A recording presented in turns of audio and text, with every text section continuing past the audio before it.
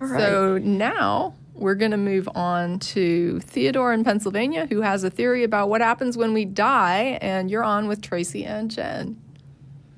Hi. Hey. Hi. This is Ted. How are you doing? Oh, okay. They put you down as Theodore. I thought that was kind of grand. Yeah, that's my actual name. So Don't say that. I go by Say both, this is a actually. pseudonym that I'm using. I'm not any of these people. Okay, go ahead. How are you two doing today? We're ready for a call about what happens Okay. after we die. So what do you think happens after we die? We don't know. I would say decomposition is a given. Yeah, decomposition. Yeah. Okay. Well, so after that, it's like the utter annihilation of the organism, right? It's the conversion of the organism. Yeah. Yeah. Like you break down. Yeah. The matter breaks down. Sure. So I completely agree with that. My problem is that a lot of atheists assert that there is nothing after death. That many of them even like go as far as describing it as blackness and like there being just like it's silent and it's just a black void. And whenever my problem is that they are describing nothingness. I agree. I was thinking that was weird too. Yeah. So I agree with you. I think it's odd to try and describe it as though it's something perceptible. Yeah. Like it's more true to say that we become nothing. The organism that was is no more. Yeah, we right? end. It's like that cone, right? Where does the flame go when the candle's blown out? Yes. So I completely agree with that. But okay, now my theory is that so we also came from, well, we in a sense we could say that we came from nothing, right? I mean, we arose from stuff. Yeah. I mean, if that's what you're saying. Yeah. I came from my parents. Yeah. We are a conglomeration of matter that came together to become us. Yes. Biology. Yeah. Yeah. There's that, but the actual self, which is, as Sam Harris put it, is an illusion, but it is a biological product, right? Yeah, I think it's like a minor aspect of the brain, right? That it puts out this sort of conscious section that interacts with the external world and brings in feedback. Yes. Yeah. Yes. So we're on the same page as that. Okay. All on the same page. So far, so good. Is that, so if we go back to that pre-birth state, where we weren't, it would be the same nothingness as what is after death. And so it follows that, so if the canvas is once again blank, then any organism that is born next into the universe, its first-person experience would then be what is next. It would be what becomes the primary thing, in the same way that our birth made us the primary thing. Yeah, I mean, I think that's why for a lot of years, people have labeled, for example, children as a way to go on, right? So some people view creating biological offspring as a way of pushing forward their limited immortality, if you can say that, just like going on after they're gone. Yeah, that's one way to look at it, but which it is true though. I mean, biologically, like the universe doesn't care whether or not we go on as individuals. It just cares about keeping.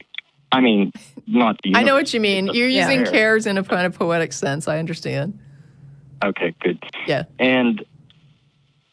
But I mean quite literally that out of that nothingness that we will return to after our death, I mean quite literally the next thing that is after that is a obligatory, a forced existence, just like our birth forced us to exist.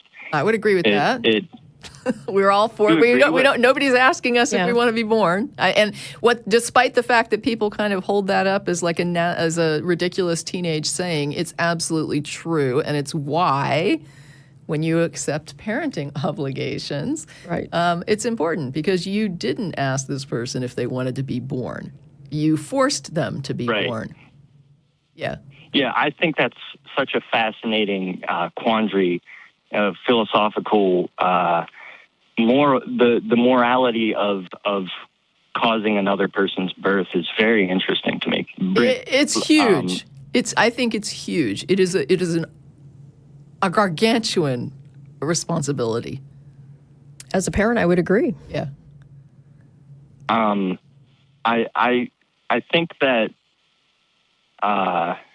well, it's deterministic. Honestly, I believe that everything is just on a trajectory. Okay. The universe I mean, is I just understand what you're unfolding. saying. I don't know how we would test it, but I understand what you're saying, and I really don't have huge objections to it.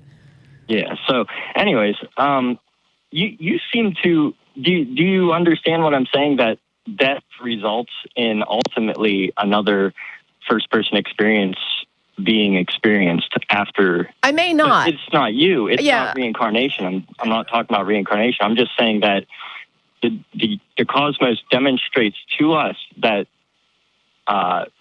birth is something that, whether or not you want it to happen to you or not, it happens. And when it happens, it's something, and it trumps nothing.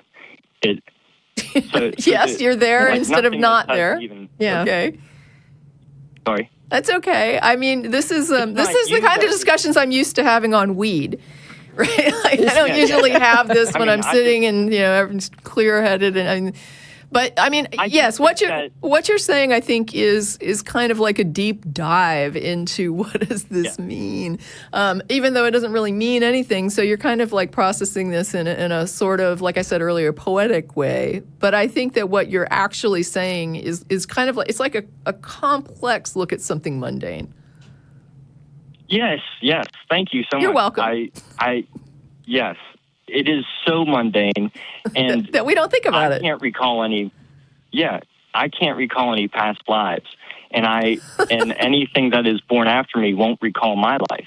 Sure. And so it's totally not reincarnation. I actually really I just laugh at reincarnation because soul migration is just it's So basically, supernatural. things are born, they live, they die, and before they're born, they're not, but other things are. Is that about it?